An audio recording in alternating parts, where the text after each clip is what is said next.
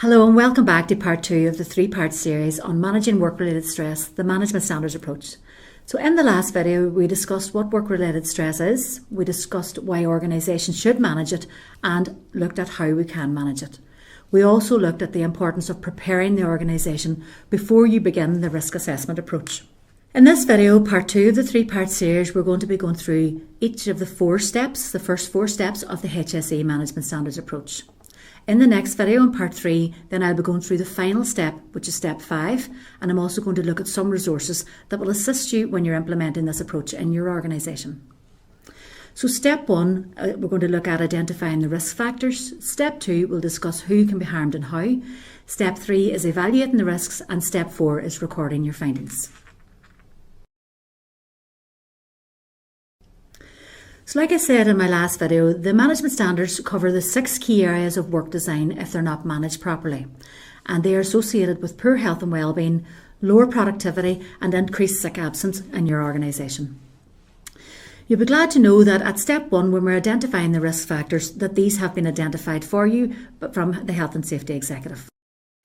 They are demands, control, support, relationships, role and change. And these are the 6 primary sources of stress at work. So we're going to look at them in a wee bit more detail. We're looking at demands. The management standard is that employees indicate that they're able to cope with the demands of their job and that systems are in place locally to respond to any individual's concerns. Demands on the individual are often quoted as the main cause of work-related stress. Control, which is the second standard, and employees indicate that they're able to have a say about the way that they do their work and that there are again systems in place to respond to individual concerns. And this is really about control and autonomy with regards to decision making.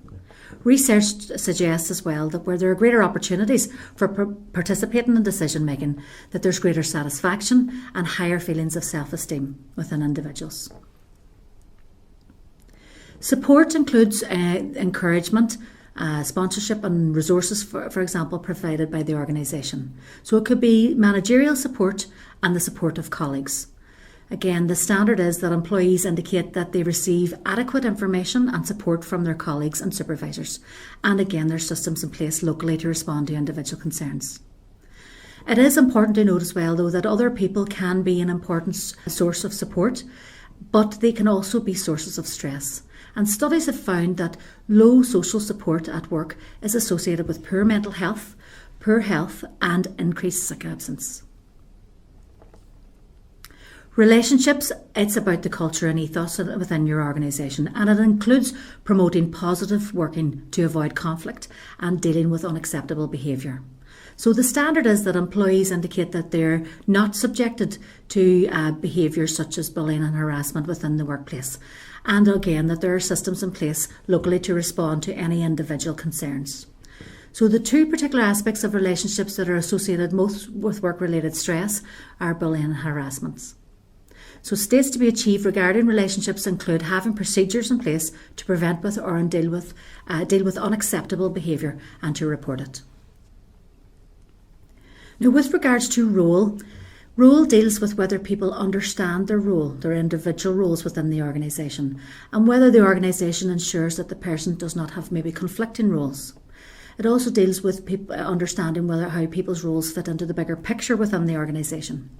So the standard is that employees indicate that they understand their role and responsibilities, and again, there are systems in place locally to respond to any individual concerns that they may have.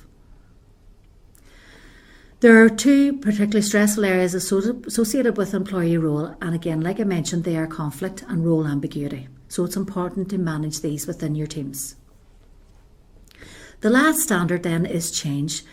Now this really includes how organisational change, whether it's large or small, how it is managed within the organisation and how it's communicated within the organisation. So the standard really is that the employees indicate that the organisation engages them frequently when undergoing an organisational change. And again, there are systems in place locally to respond to any individual concerns. So those are the 6 key areas of work design that if they're not managed well, that they can cause or exacerbate work-related stress. With regards to step 2. Step 2 is deciding who can be harmed and how. By carrying out a survey at step 2, you are providing quantitative data, and the Management Standards approach recommend that you conduct a survey with your staff. Now, the HSE have developed what we call the HSE indicator tool to help you assess this, and I'm going to talk you through that now in a wee bit more detail. The HSE Management Standards Indicator tool is a survey. It can be distributed then out to all your employees. So it includes 35 multiple choice questions. They ask these questions and they're all based around the 6 stressors that we talked about of the management standards. Now, if HSE conduct a survey for your organisation, we can do this using Citizen Space or we can use Quizdom. The employees answer the 35 multiple questions according to how they feel about these aspects of their work. The indicator tool can also be used with what we call organisational demographics, and we can have questions on those, and they allow you to look at the final results by each different topic. It is important to know and to make sure that your staff are aware that all survey responses will remain anonymous and they will be kept confidential. The responses are entered into the HSE Management Standards Analysis tool, and it's an Excel-based spreadsheet tool that produces an average figure for each of the 6 standards for your workforce. The analysis tool also gives you detail of each question so that then you're able to see whether there's a specific aspect of the standard that is causing more problems in your organisation. Again, if you require any further details on conducting the survey, any of our mental health and wellbeing advisors can talk you through the process, and details of how to contact the team will be provided at the end of the video. That moves us on to step 3 in the risk assessment approach. And step 3 is about evaluating the risks. The Management Standards and the Indicator and Analysis tool provide a means of measuring the impact of stress and standards to aim for. Now we want to probe a little deeper, and that is by hosting focus groups. So we want to talk to the employees and host focus groups. Evidence suggests that individual perceptions play a very important role in predicting work-related stress or ill health. So gathering opinions of employees can be a very useful indicator of the health of your organisation and can form a useful part in the overall strategy to help identify and address potential sources of work-related stress in your organisation. With regards to the focus groups, the Management Standards approach suggests that focus groups are used to evaluate the risk. We want to explore problems, but we also want to develop solutions. By holding focus groups within your organisation, they provide an opportunity to explore work-related stress issues in more depth, with more time set aside for discussions that may be available within your standard team meetings. But they also allow you to explore common issues across groups, maybe with shared interests that might not normally come together as members of teams. So they allow you to explore issues in considerable depth, and they're particularly useful if you want to find out what specific groups of people think about certain areas of their work. Focus groups provide that ideal opportunity as well to come up with possible solutions.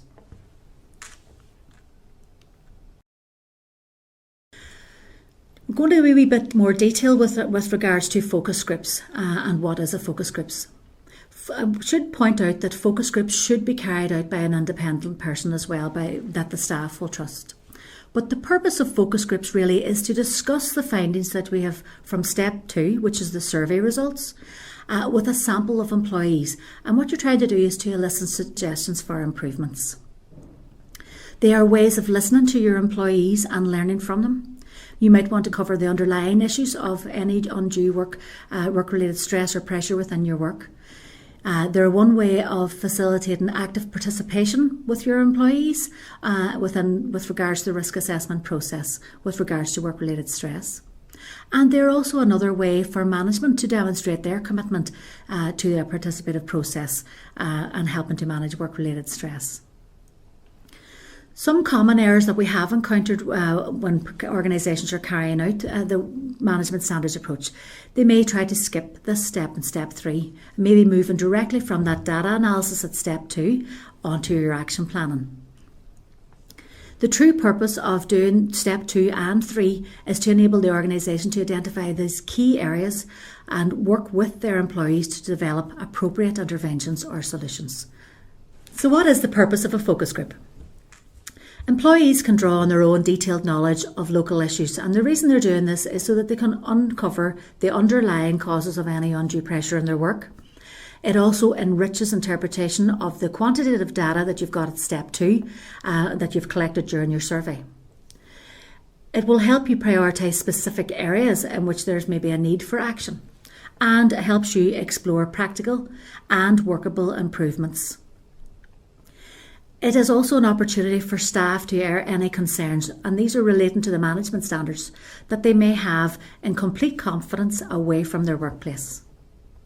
And at this point, I'd like to make sure that you are aware that it is vital that nobody in the group, in any of the focus groups, have line manager responsibility for any other member in that group. A few key points with regards to focus groups. It's important that only a random selection of staff are selected, so roughly around 20% of your staff that have completed the survey. It's also important that you select the dates that you would like to conduct the interviews, and it's best to run these interviews as soon as possible after the analysis of the results, whilst the process is still fresh in the mind of all staff members, and also to make sure to ensure continuity in the process. Everyone within your group should be of a similar grade or discipline. There should be roughly around 6 to 10 people that you'd like to invite to come along to the focus group. And people should be selected from, like I say, similar grades or disciplines within your organisation. And like I mentioned, it's vitally important that there's no one in the focus group that has management responsibility. They should last approximately 90 minutes. So as a rule of thumb, you would have making sure that there are a few questions for each of the standards in each focus group. All responses and anything discussed within the focus group should remain anonymous and as well kept confidential. With regards to venues, it is important that you arrange an appropriate venue within your organisation. Invitations, you must issue an invitation letter to those that are selected to attend the focus groups. You could send out a written or email invitation to your participants well in advance of the focus groups, and we do have template letters available on our website. And the facilitator plays a very important role because they are there, they're setting the scenes, they're introducing themselves, they're explaining the process, etc., why people are attending the focus groups. So they play a very important role, and they can be an independent person. And finally, it's very useful to have a note taker to record all the discussions, and this is really so that the facilitator is freed up so that they can give all their attention to the group and what has been said within each of the focus groups. Now, taking action after the focus group, it is very important that you interpret and report the results of the focus groups. So I would recommend that you write up your summaries. Write your summaries up of your notes and the notes of your note taker as soon as possible after the focus group sessions. A quick turnaround time on the transcription helps avoid memory lapse. Once you have all your summaries, it's important to analyse them. Again, it's useful to start maybe by reading all of the focus group summaries in one sitting. Look for trends or common themes that might appear across different focus groups, and also look for some surprises, maybe some unexpected comments, and they may be worth noting as well.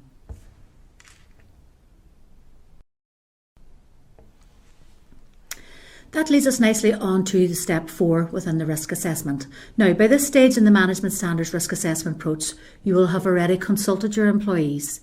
You'll have looked at and explored areas of concerns and maybe looked at some solutions. And you'll have taken initial steps to do that, some proposed solutions. It's important now that you record your findings. So the Management Standards approach suggests that the best way to do this is to produce and disseminate an action plan. Action plans can help you set goals that you need to work towards in your organisation, can help you prioritise, they can help you demonstrate that you're serious and willing to address employee concerns. And they'll also provide you with something to evaluate and review against. So at step 4, we would be encouraging you to take the information you've gathered at step 2, your survey results, your results maybe by demographic, your information you've collected at step 3, maybe your focus groups, maybe positive comments, etc., maybe issues identified through the focus groups, and also looked at your potential solutions that have been highlighted during the focus groups. Using that information, but as well as that, there are several different types of information or data that you can use to also help identify, kind of in broad terms, whether work-related stress is potential problems. So that could be things like staff absence data, staff turnover, any other surveys that you've carried out. So you would use all that information to develop your action plan. With regards to your action plan, it's essential that the work and effort now that you've put into developing your policies, put into carrying out your risk assessment, conducting your focus groups, result in tangible outputs. And one effective way to do this is your action plans. So with regards to your action plans, ensure tangible outputs. You want to set your goals, prioritise your actions, demonstrate commitment, and it also can provide benchmarks for future measurement, especially if you carry out the survey again. Action plans should follow the SMART principles, and it is important that actions suggested are given that order of priority, that have sufficient resources that are allocated to them. They're assigned to an individual or group or function within your organisation, and it's important that they have agreed timescales for completion. This is a template action plan, again, that we have available on our website, and I will direct you to that on our final video. With regards to control measures, we also have prompt cards for advice on potential solutions, and we have a prompt card for each of the 6 standard areas. One for demands, control, support, relationships, role, and change. Again, these are all available on our website and free to download. Now, progressing the action plan. If the steering group has been formed to progress stress management within your organisation, they will be ideally placed to review all the findings, to compile that action plan, prioritise your actions and plan on the ground implementation. If not, consideration should be given to forming even a small group to ensure all relevant workplace groupings are represented. Many organisations use health and safety committees, etc. for the type of this work. But it's important to carry out meetings with the steering group. Also very, very important to have regular communication on your progress, and communicate again to all staff and use different means of communication. Now, where objectives are not being met or maybe dates are slipping, that is important as well. Those should be acknowledged and remedial action identified as well. We're looking at reasonably practicable solutions, and that's with regards to time, money and resources. Organisations wouldn't be expected to progress any action which would be deemed not reasonably practicable. We want to look as well in the action plan for some quick hits or maybe some specific demographic issues. But there also may be some longer term strategic plans, and we need to take that into consideration as well in the steering group and in the action plan. Now that brings me to the end of part 2 of the 3-part series on managing work-related stress, the management standards approach. In part 3, we'll be looking at the final step of the risk assessment approach, step 5, which is to monitor and review. And there will also be giving you some information on the resources available to assist you. So what we've looked at in this video is step 1, identifying your risk factors, step 2, who can be harmed and how, step 3, evaluating the risks, and step 4, recording your findings. If you'd like to contact us for any more information or help on anything that we have discussed in this video, then you can contact us via email at stress@hseni.gov.uk or by telephone on 0800 0320 121. Thank you for listening.